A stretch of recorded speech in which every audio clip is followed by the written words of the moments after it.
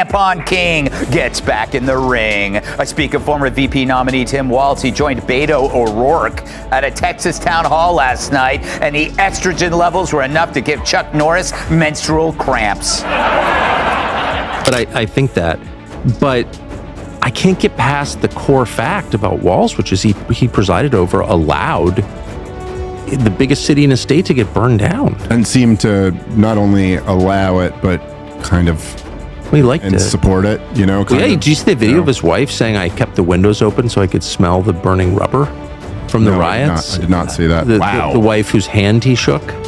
Oh my God. By the way, I mean, I know it's. Let's be. Picking on a little thing, but who the hell shakes their wife's? Greg Gutfeld and Tucker Carlson joined forces, and it wasn't so much a conversation as it was a political demolition. Their target, Governor Tim Walz. Rather than simply challenging his views, they dismantled them with biting sarcasm, rapid-fire critiques, and cutting humor. Walz laid out his positions, but Gutfeld and Carlson came in swinging more wrecking crew than debate team. Politico lingers on candidates' fingers and defend Walz's wide eyes as they claim beards are for bad guys. Tyler, speaking of beards, and I mean the one on your face, not the one that you hang out with. Let me just say that Walz and every other governor who did anything like that is a monster, and I think on some level he will be punished for it. But no, I admire what you did enough that I hope I'd be man enough to do it myself. I took minor risks during COVID by pointing out things that seemed true to me, but I didn't do anything that heroic. I think it's absolutely essential. Clearly, we're moving toward an authoritarian state. I think we've already arrived. I think your life is a testament to that. Gutfeld and Carlson thrive on roasting politicians, and Governor Tim Walz practically handed them the material. He tries to play the role of the responsible adult, but often comes off like someone in over his head. For Gutfeld and Carlson, going after him isn't a challenge, it's entertainment. Wait, you lost because you weren't woke enough? That's like telling Joy Behar she's not eating enough Doritos. That's like Jasmine Crockett saying, I gotta black this up. That's like Bud Light saying, hey, you know what? We could use more Dylan Mulvaney. It's as if Walz handed them a piñata with his name on it and begged them to take a swing. Gutfeld dives in first, dripping with sarcasm. And Walz, he makes it almost too easy.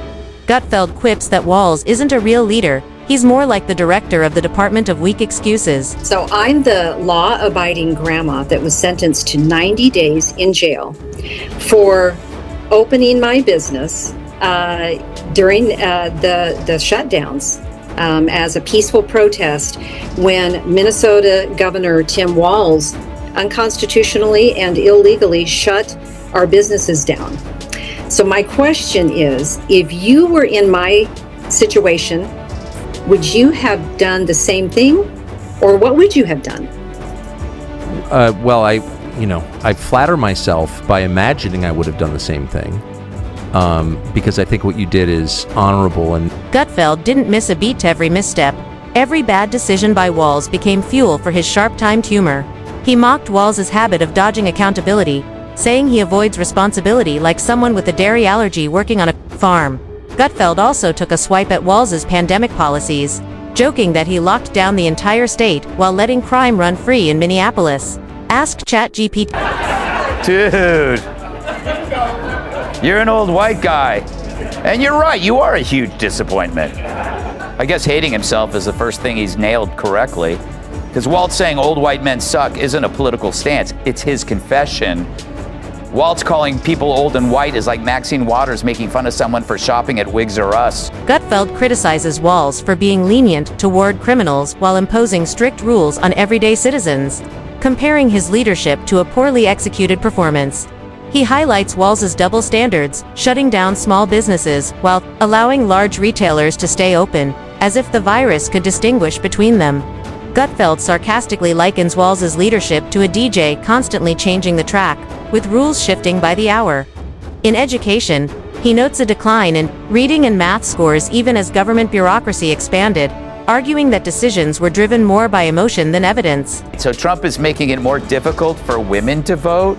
How so? Math problems? But it's further proof that the most dangerous thing for a leftist is a follow-up question, which is why you never hear any. But I guess questioning elections is okay now. But the best moment came when Walz forgot who he is. Gutfeld compares Walz's education policies to handing out trophies just for logging into Zoom, mocking the lack of real standards. He then shifts to Walz's economic track record, accusing the governor of driving businesses out of the state, with high taxes and poor decisions. Gutfeld quips that Walz treated failure like it was proof of success. By the end, he suggests Minnesota didn't need a governor, it needed a cleanup crew to repair the damage.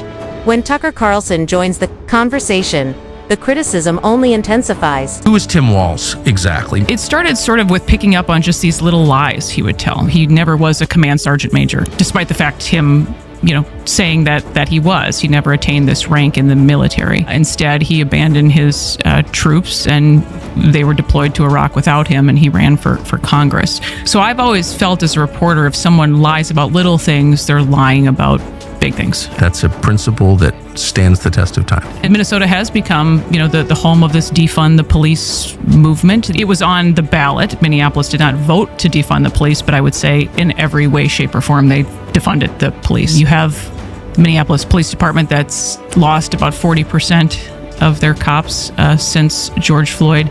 But instead of being Minneapolis lost 40% of its cops in 5 years? Nearly half. Carlson takes a calm, measured tone as he unpacks his criticism of Walz. He argues that Walz didn't merely make mistakes, he abandoned his responsibilities. When Minneapolis moved to defund the police, Carlson says, Walz stood by and allowed it to unfold. Instead of taking decisive action, Walz seemed to believe that hashtags and speeches could solve real-world crime. Carlson labels it leadership by absence. 5 years ago this summer, George Floyd, a convicted felon, OD'd on fentanyl outside a convenience store in Minneapolis, and the country changed forever. 5 years later, Tim Walz is still the governor. Keith Ellison is still the attorney general. The cops who were falsely convicted of murdering George Floyd are mostly still in prison. But what happened in Minneapolis itself? Well, it's been wrecked. And no one has said a word about it. But I just wonder about this story in particular.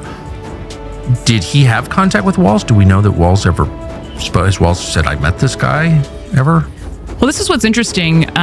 We know that he served on a board appointed by Walz. However, I'll say that... what kind of board was that? It was a workforce development board. Carlson also takes aim at Walz's handling of the pandemic, criticizing the decision to close churches while keeping liquor stores open as if. He says, faith posed a threat, but alcohol was essential. He describes Walz's leadership as overly controlling, likening it to adult daycare. According to Carlson, Walz expected citizens to trust the government without question. On education, Carlson claims Walz prioritized political agendas over genuine learning. In the end, Carlson argues that Walz's leadership isn't true leadership at all, just obedience to elite interests. People misreading Tim's odd greeting. The man of the hour, Tim Walz, brings us our second video of the day, and he's got a very weird way of greeting his wife of 30 years. Roll it.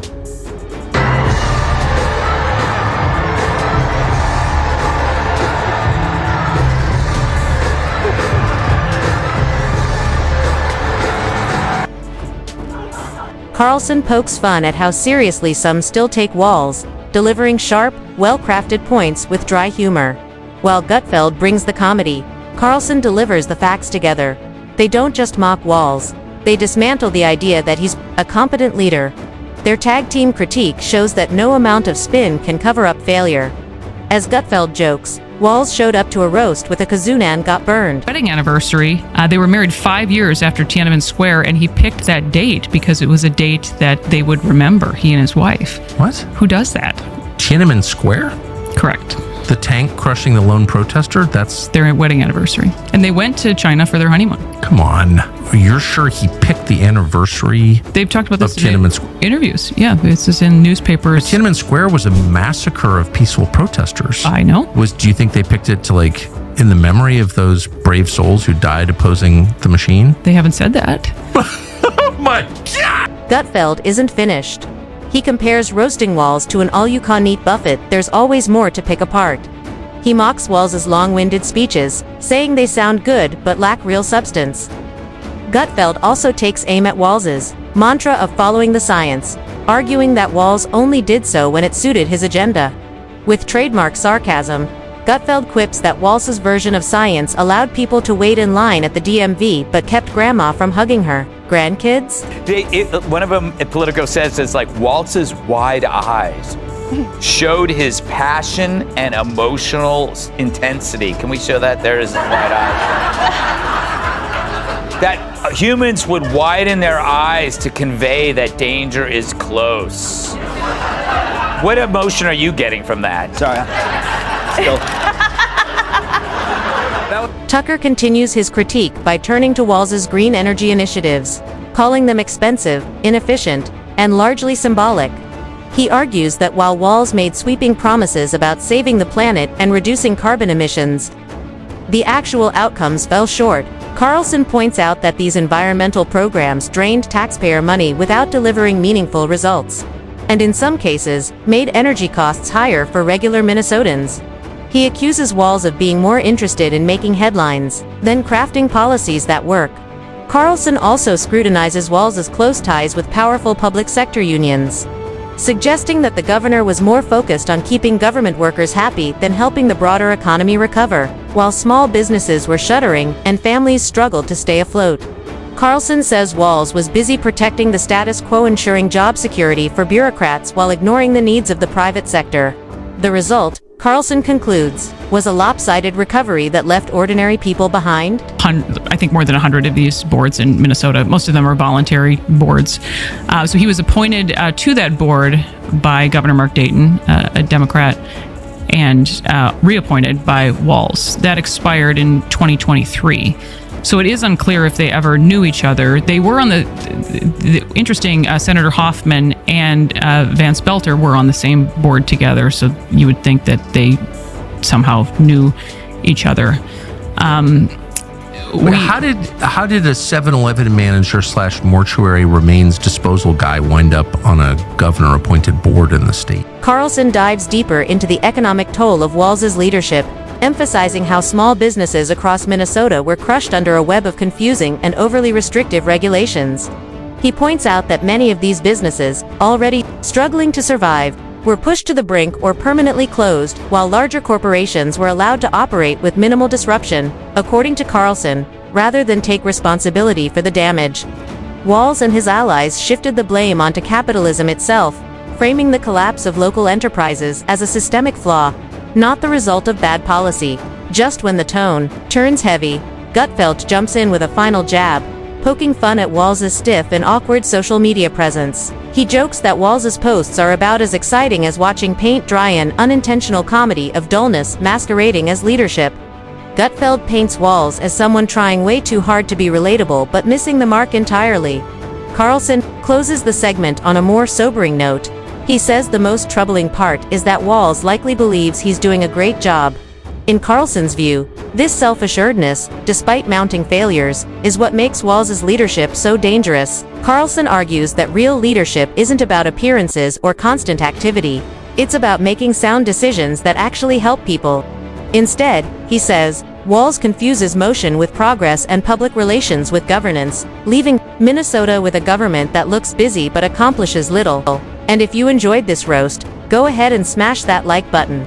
Don't forget to subscribe to the channel, or you might end up like Walz, listening to speeches that sound nice but do absolutely nothing. Drop a comment below and let us know, was this real leadership or just a performance? Share this with your friends who still think Walz was following the science. And hit that bell icon so the next time Gutfeld and Carlson fire up a kazoo roast on another leader, you'll be the first to see it.